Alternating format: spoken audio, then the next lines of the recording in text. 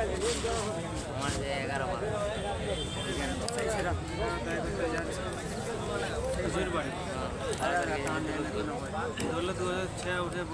خیردانی باپ خوشا جلانی الہی خیردانی باپ خوشا جلانی الہی خیردانی باپ خوشا جلانی الہی خیردانی باپ خوشا جلانی الہی خیردانی باپ خوشا جلانی الہی خیردانی باپ خوشا جلانی الہی خیردانی باپ خوشا جلانی الہی خیردانی باپ خوشا جلانی الہی خیردانی باپ بوقار علماء شورا سامعین و سامعات السلام علیکم ورحمۃ اللہ وبرکاتہ۔ الحمدللہ الحمدللہ علی نعماتہ الشاملہ وآلائہ الکاملہ والصلاة علی محمد المصطفیٰ وعلى آله المجتبى ثم بعد أعوذ بالله من الشيطان الرجيم بسم الله الرحمن الرحيم يا أيها الذين آمنوا لا تلهكم أموالكم ولا أولادكم عن ذكر الله ومن يفعل ذلك فأولئك هم الخاسرون آمنت بالله صدق الله العلي العظيم وصدق رسوله النبي الأمين المبين المتين المكين الكريم ونحن على ذلك لمن الشاهدين والشاكرين والحمد لله رب العالمين۔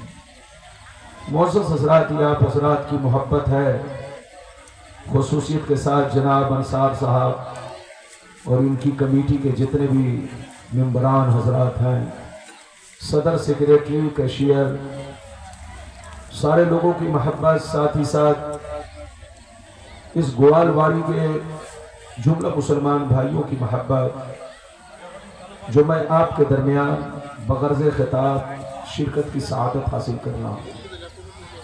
لگ بھگ میں 2 گھنٹے سے بیٹھا ہوں۔ بھائی، ہم لوگوں کی زندگی بھاگ دوڑ والی ہے، راتوں کو جاگنا، دن کو بھاگنا۔ اب یقینی بات ہے بدن کو آرام ملنا چاہیے۔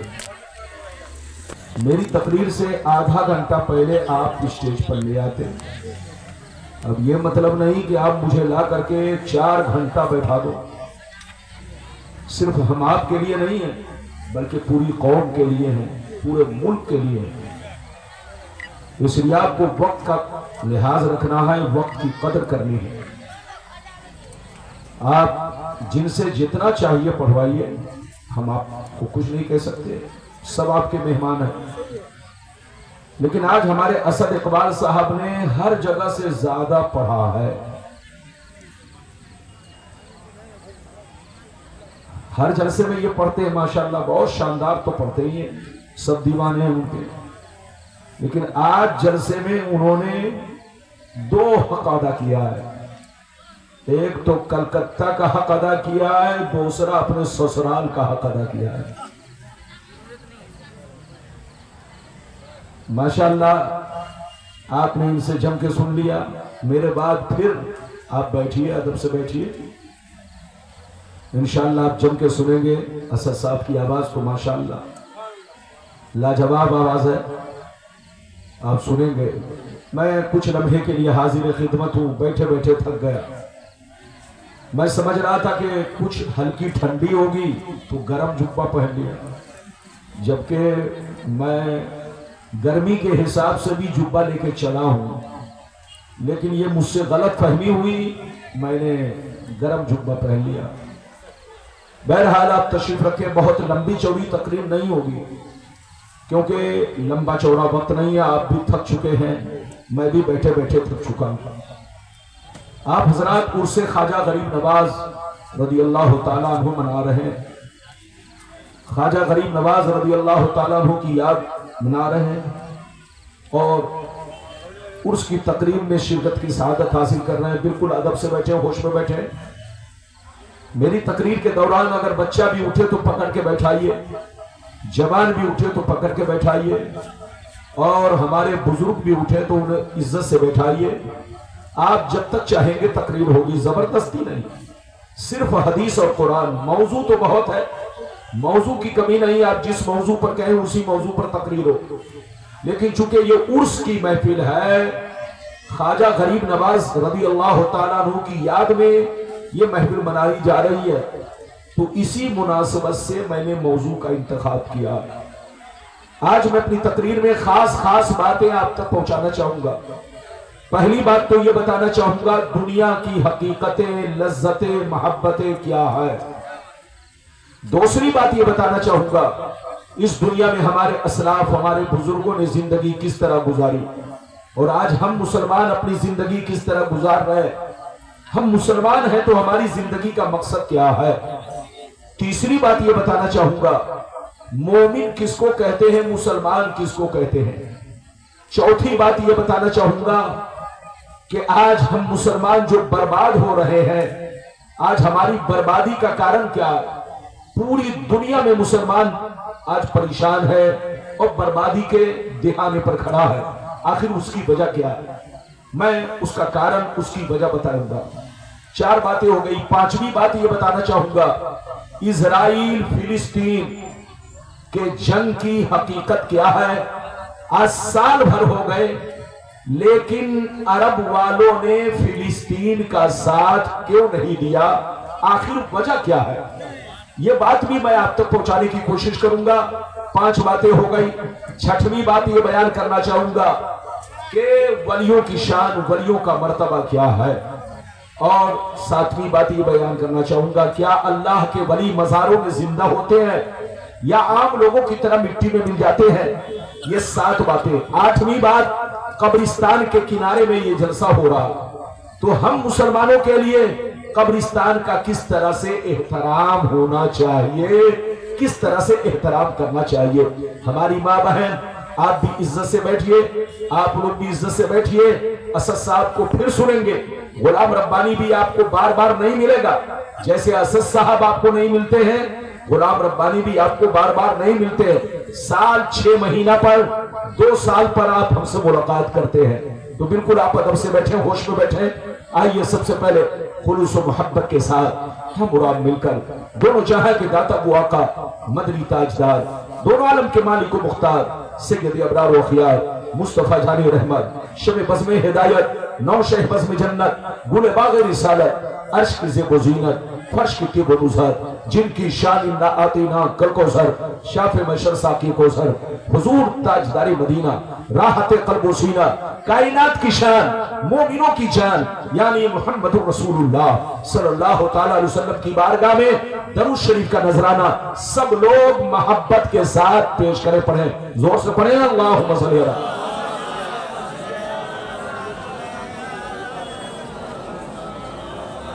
بارک وسلم صلی اللہ علیہ وسلم وسلام علیکہ یا رسول اللہ صلی اللہ تعالیٰ علیہ وسلم۔ اجازت ہے، زور سے بولو، اجازت ہے، اجازت ہے تو شعر ملاحظہ فرمائے۔ بہادر شاہ ظفر کا نام آپ نے سنا ہوگا۔ بہادر شاہ ظفر یہ ہمارے ملک بھارت کے آخری بادشاہ تھے، بڑے شریف، بڑے نیک۔ ان کی شرافت کی وجہ سے انگریز نے ہمارے بھارت پر قبضہ کیا، ان کو جیل میں ڈالا، کچھ دنوں کے بعد ان کو سزائے موت دی۔ جب بہادر شاہ ظفر سزائے موت پانے لگے تو سزائے موت پانے سے پہلے ایک نصیحت آمیز کلام لکھا تھا جس کا ٹکڑا پیش کر رہا ہوں، ملاحظہ فرمائے۔ بہادر شاہ ظفر نے کہا عمر دراز مانگ کر لائے تھے 4 دن، عمر دراز مانگ کر لائے تھے 4 دن، 2 آرزو میں کٹ گئے 2 انتظار میں، 2 آرزو میں کٹ گئے 2 انتظار میں، اور کتنا ہے کم نصیب ظفر دفن کے لیے، 2 گز بھی مل سکی نہ زمین پورے یار میں۔ اور یہ بھی شعر سنیے، کیا بھروسہ ہے زندگانی کا، آدمی بلبلا ہے پانی کا، اور صبح ہوتی ہے شام ہوتی ہے، عمر یوں ہی تمام ہوتی ہے۔ میرے دوست، جلسہ کرانے کا مقصد سمجھو، یہ لاکھوں روپے پنڈال کے پیچھے خرچ ہوئے، اس کا مقصد سمجھو۔ 10-10 روپے کر کے 2 مہینہ تک انصار صاحب نے چندہ کیا، اس کا مقصد سمجھو۔ جلسہ کا مقصد بھیڑ اکٹھا کرنا نہیں ہے،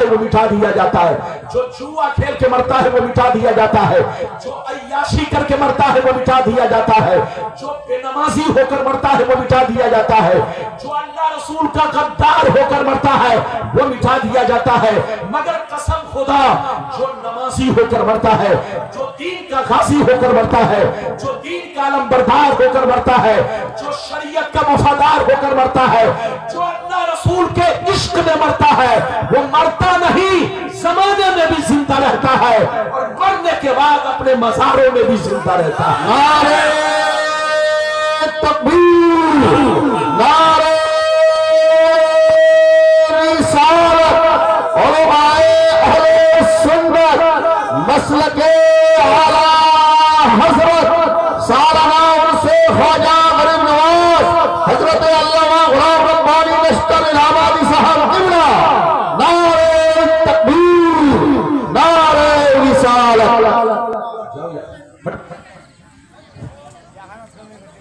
یہ ایک جگہ اس لیے فکس کیا، اس کو پتا تھا صرف اسد آنے والے،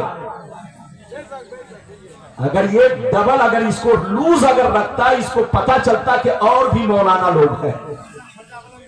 بالکل ادب سے بیٹھے، ہوش میں بیٹھے۔ مرنا تو سب کو ہے، زور سے بولو، ارے مرنا تو سب کو ہے، مگر شراب پی کر مت مرو، جوا کھیل کر مت مرو، تاش بازی کر کے مت مرو، بے حیائی کے ساتھ زندگی گزار کے مت مرو، بے نمازی ہو کر مت مرو۔ مرنا ہے تو یاد رکھو وہ کام کر کے مرو کہ مرنے کے بعد زمانہ تمہیں یاد کرے۔ اچھا یہ بتاؤ، غریب نواز کا عرس کیوں منا رہے ہو؟ غوث اعظم کا عرس کیوں مناتے ہو؟ بزرگان دین کا عرس کیوں مناتے ہو؟ کیا عرس کا مقصد ہے لنگر بنانا، پلاؤ چلاؤ بریانی بنانا؟ ارے زور سے بولو، کیا عرس کا یہ مقصد ہے اونٹ ذبح کرنا، گائے ذبح کرنا، بیل ذبح کرنا؟ کیا یہ عرس کا مقصد ہے؟ کیا عرس کا مقصد ہے ایک ٹرک گلاب لا کر کے ان کے مزار پر ڈال دینا؟ یہ عرس کا مقصد نہیں ہے۔ عرس کا مقصد یہ ہے کہ ان کی زندگی لوگوں کے سامنے پیش کیا جائے، ان کے حالات لوگوں کے سامنے پیش کیا جائے، ان کے فرمودات لوگوں کے سامنے پیش کیا جائے، ان کی زندگی اور ان کے حالات لوگوں کے سامنے پیش کر کے لوگوں کو صحیح زندگی گزارنے کا طریقہ بتایا جائے، سلیقہ بتایا جائے۔ یہ غریب نواز کے عرس کا مقصد ہے، یہ غوث اعظم کے عرس کا مقصد ہے، یہی تمام اللہ والوں کے عرس کا مقصد ہے۔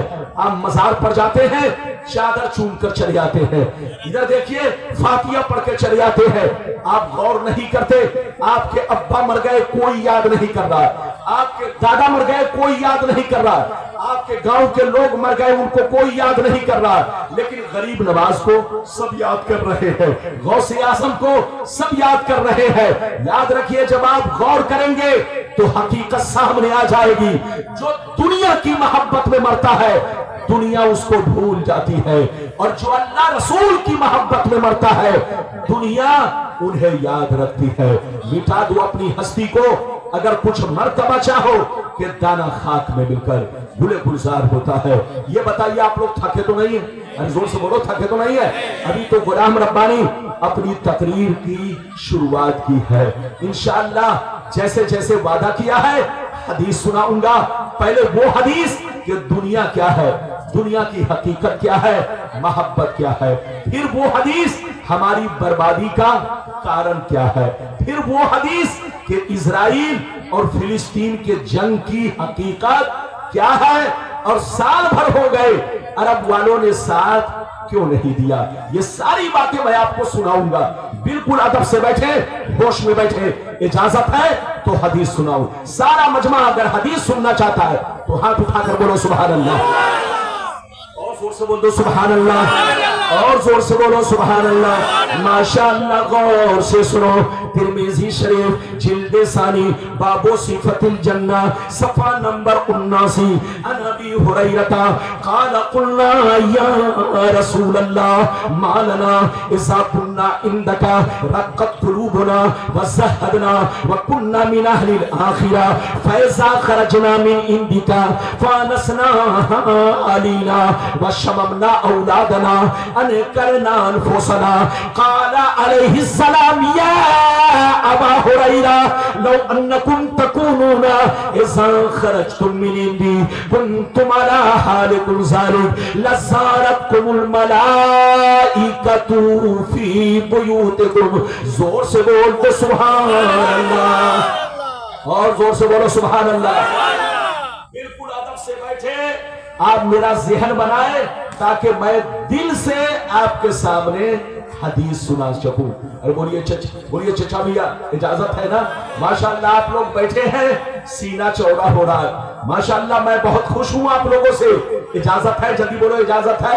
مطلب سنو، مطلب حضرت ابو ہریرہ رضی اللہ تعالیٰ عنہ فرماتے ہیں ایک دفعہ میں نے سرکار سے عرض کیا یا رسول اللہ ہمیں کیا ہو گیا ہے، آپ کی بارگاہ میں رہتے ہیں، خوب نماز پہ نماز پڑھتے ہیں، اللہ کا خوف رکھتے ہیں، برائیوں سے بچا کرتے ہیں، مگر یا رسول اللہ جیسے چلا جاتا ہوں بال بچوں سے ملاقات کرتا ہوں، بیوی کا چہرہ دیکھتا ہوں، ماں باپ کا چہرہ دیکھتا ہوں، یا رسول اللہ جیسے گھر چلا جاتا ہوں حالت میری بدل جاتی ہے. پہلے کی طرح نماز نہیں پڑھ پاتے، پہلے کی طرح برائیوں سے بچ نہیں پاتے، پہلے کی طرح سینے میں اللہ کا خوف نہیں رہ جاتا.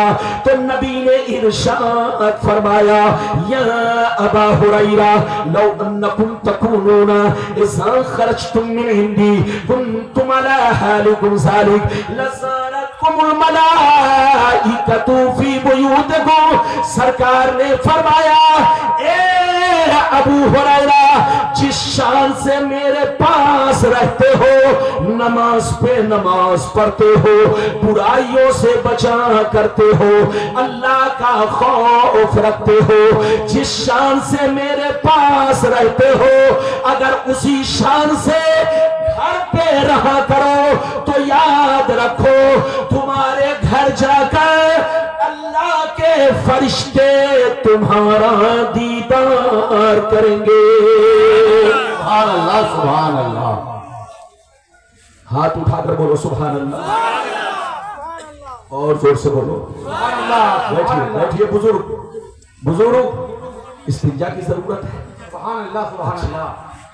جانے دیجئے، استنجا کی ضرورت ہے تو جا سکتے ہیں، لیکن یہ پھر آئیں گے. ادھر دیکھیے ابو ہریرہ نے کیا کہا، سرکار آپ کی بارگاہ میں رہتا ہوں ہماری حالت کچھ اور رہتی ہے، چلا جاتا ہوں بچوں کو جیسے گھر جاتا ہوں بیوی کے چہرے پر نظر پڑتی ہے، بچوں پر نظر پڑتی ہے، سرکار جیسے گھر پہنچتا ہوں تو میری حالت بدل جاتی ہے. تو نبی نے کیا کہا سنیے، نبی نے فرمایا ابو ہریرہ جس شان سے میرے پاس رہتے ہو، جیسے یہاں نماز پڑھتے ہو، برائیوں سے بچتے ہو، اللہ کا خوف رکھتے ہو، جس شان سے میرے پاس رہتے ہو اگر اسی شان سے گھر پہ رہو تو آسمان کے فرشتے تمہارے چہرے کی زیارت کریں گے، تمہارے چہرے کا دیدار کریں گے. اے مسلمان، وہ مسلمان کتنا خوش نصیب ہے جن کے چہرے کی زیارت آسمان کے فرشتے کرے. وہ مسلمان کتنا خوش نصیب ہے جن کو دیکھنے آسمان کے فرشتے آیا کرے. وہ مسلمان کتنا خوش نصیب ہے جن کو دیکھنے اللہ کے فرشتے آیا کرے. اور دیکھیے مسلمان کا بچہ جب چوری کرتا ہے تو اس کو دیکھنے شیطان آتا ہے، مسلمان کا بچہ جب ڈکیتی کرتا ہے تو اس کو دیکھنے شیطان آتا ہے، مسلمان کا بچہ جب ماں باپ کو گالیاں دیتا ہے تو اس کو دیکھنے شیطان آتا ہے، مسلمان کا بچہ جب شراب کی بوتل اپنے ہاتھوں سے اٹھاتا ہے تو اس کو دیکھنے شیطان آتا ہے. لیکن قسم خدا جب مسلمان کا بچہ قرآن کی تلاوت کرتا ہے، جب مسلمان کا بچہ نماز کے لیے مسجد کی طرف نکلتا ہے، جب مسلمان کا بچہ اپنے علماء کی تقریر سننے کے لیے مجلس میں نکلتا ہے تو اس کو دیکھنے آسمان کے فرشتے آتے ہیں. اے بنگال کے مسلمانوں، وہ کام مت کرو کہ تم کو شیطان دیکھے، وہ کام کرو کہ تم کو فرشتے دیکھے. فرشتے آپ پر فخر کرے. ابھی تو میں نے آپ کو ایک حدیث سنائی, قسم خدا اب جو حدیث سنانے جا رہا ہوں بدن کے رونگٹے کھڑے ہو جائیں گے, کلیجہ تھر تھرا جائے گا. اجازت ہے تو میں آپ کو حدیث سناؤں, لیکن ایسے نہیں سناؤں گا. سارا مجمع ہاتھ اٹھا کر بولو سبحان اللہ, اور زور سے بولو سبحان اللہ, اور زور سے بولو سبحان اللہ. ماشاءاللہ غور سے سنو, ترمذی شریف جلد ثانی باب الفتن صفحہ نمبر 44 کی حدیث سنو.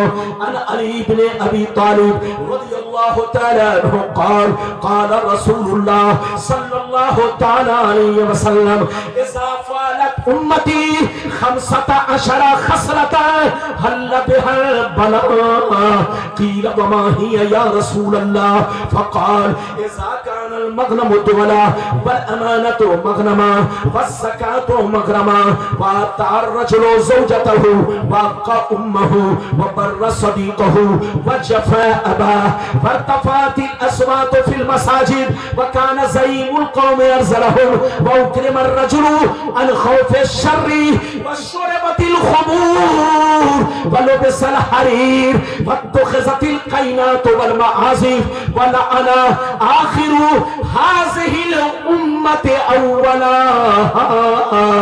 زور سے بول تو سبحان اللہ, سبحان اللہ, سبحان اللہ. ادھر دیکھو, جیسے قرآن کا پڑھنا ثواب, سننا ثواب, ایسے ہی نبی کی حدیث کا بھی پڑھنا ثواب, اور زور سے بولو سننا ثواب. ہماری ماں بہن سن رہی ہے, ثواب مل رہا ہے. آپ سن رہے ہیں, ثواب مل رہا ہے. یہ جتنے بچے کھڑے ہو کر سن رہے ہیں ان کو ثواب مل رہا ہے. تو آپ دل سے سنیے, غلام ربانی قصہ کہانی نہیں, صرف حدیث بولے کا مطلب سنیے. مطلب ادھر دیکھیے, مطلب سنیے. نبی نے ارشاد فرمایا, آقا نے ارشاد فرمایا, جس دن میری امت میں 15 خرابیاں سما جائیں گی, چاروں طرف سے مصیبتیں گھیر لیں گی, پریشانیاں گھیر لیں گی. مسلمان پریشان رہے گا, مسلمان برباد ہوگا, مسلمان ذلیل ہوگا, مسلمان رسوا ہوگا. جب تک کہ توبہ نہ کر لے, جب تک کہ اللہ سے معافی نہ مانگ لے, جب تک کہ اللہ کو راضی نہ کر لے. صحابہ نے عرض کیا, سرکار وہ 15 خرابیاں کیا ہے؟ کیا پوچھا؟ زور سے بولو, سرکار وہ 15 خرابیاں کیا ہے؟ تو نبی نے سب کا نام لے لے کر شمار کیا.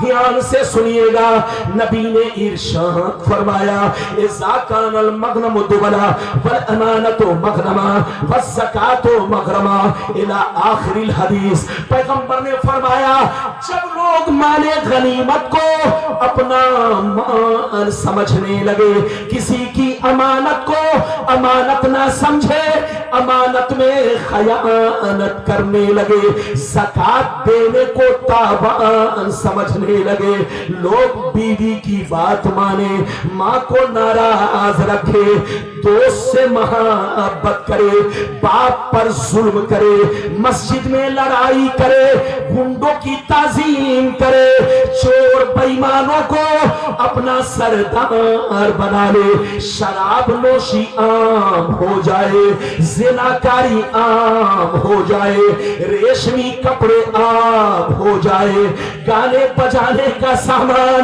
لوگ گھروں میں بھر ڈالے, لوگ سڑکوں پر لونڈیوں سے ناچ کروائے, لونڈیوں سے ڈانس کروائے. دنیا سے جو اچھے لوگ گزر گئے, لوگ ان کو گالیاں دے, لوگ ان پر لعن طعن کرے. جس دن یہ 15 خرابیاں میری امت میں سما جائے گی, چاروں طرف سے مصیبتیں گھیر لیں گی. کتنے لوگوں نے اس حدیث کو سن لیا؟ ہاتھ اٹھا کر گواہی دو, بولو سبحان اللہ. ہاتھ نیچے کرو. ادھر دیکھیے, نبی نے کتنی خرابیوں کا ذکر کیا, زور سے بولو. آج سینے پر ہاتھ رکھ کر بتاؤ, آج ہم مسلمانوں میں صرف 15 ہے کہ 15 سے زیادہ؟ ارے بولو، آج ہم مسلمانوں میں 15 سے زیادہ خرابی ہے، بلکہ ہم گناہوں میں ڈوب چکے ہیں۔ ارے زور سے بولو، ہم گناہوں میں ڈوب چکے ہیں۔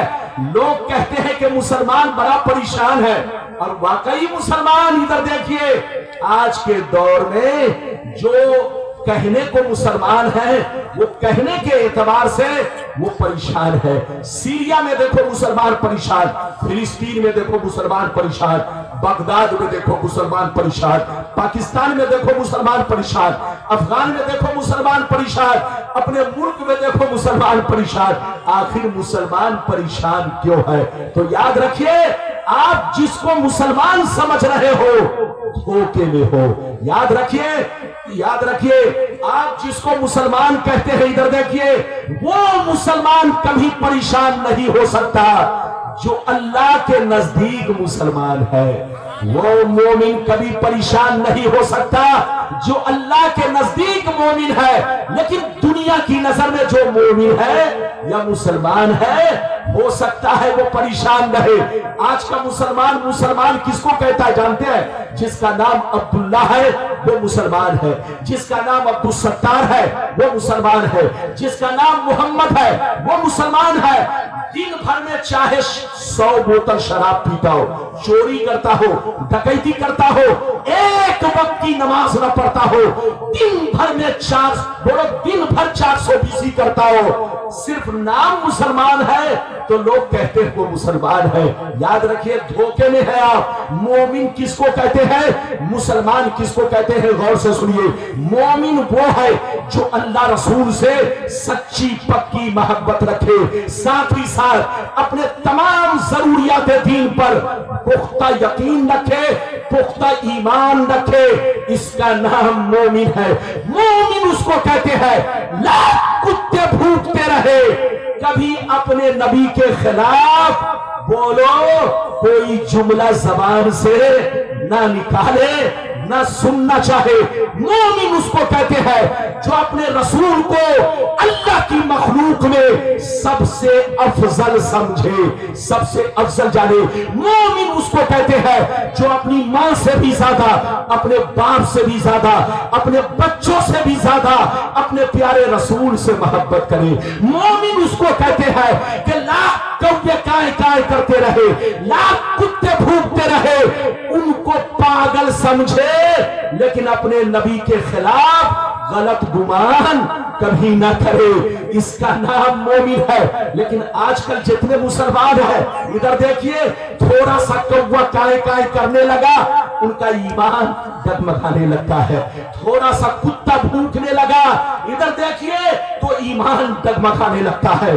خبردار، مومن کس کو کہتے ہیں؟ دھیان سے سنو، مومن اس کو کہتے ہیں جو اللہ رسول سے سچی پکی محبت رکھے، اپنے ماں سے بھی زیادہ، اپنے باپ سے بھی زیادہ، اپنی آل و اولاد سے بھی زیادہ، زمین جائیداد سے بھی زیادہ، سونے چاندی پیسوں سے زیادہ، دنیا کی ہر چیز سے زیادہ اللہ رسول سے سچی پکی محبت رکھے، اور تمام ضروریات دین پر پختہ یقین رکھے۔ اللہ نے جو کہہ دیا اس پر ایمان لائے، رسول نے جو کہہ دیا اس پر ایمان لائے۔ اس کا نام کیا ہے؟ زور سے بولو، مومن۔ اور مسلمان کس کو کہتے ہیں؟ جس کی ظاہری زندگی اسلام کے مطابق ہو۔ مسلمان اس کو کہتے ہیں جو 5 وقت نماز کا پابند ہو۔ مسلمان اس کو کہتے ہیں جو شراب کی بھٹیوں سے دور رہتا ہو۔ مسلمان اس کو کہتے ہیں جو شراب کو حرام جانتا ہو۔ مسلمان اس کو کہتے ہیں جو جوا سے دور رہتا ہو۔ مسلمان اس کو کہتے ہیں جو اپنے ماں باپ کا احترام کرتا ہو۔ مسلمان اس کو کہتے ہیں جو اپنے جلسے کی قدر کرتا ہو اور اپنے علماء کی قدر کرتا ہو۔ مسلمان اس کو کہتے ہیں کہ اللہ رسول نے جس چیز کو حلال کیا اس کو حلال سمجھتا ہو، اور جس چیز کو حرام کیا اس کو حرام سمجھتا ہو۔ اس کا نام مسلمان ہے۔ لیکن یاد رکھیے، آج کل ڈپلیکیٹ مسلمان دنیا میں زیادہ پریشان ہے۔ قرآن آپ کا کہتا ہے وَأَنْتُمُ الْأَعْلَوْنَ إِن كُنتُم مُؤْمِنِينَ، دنیا میں تم ہی مرتبے والے رہو گے، دنیا میں تم ہی عزت والے رہو گے،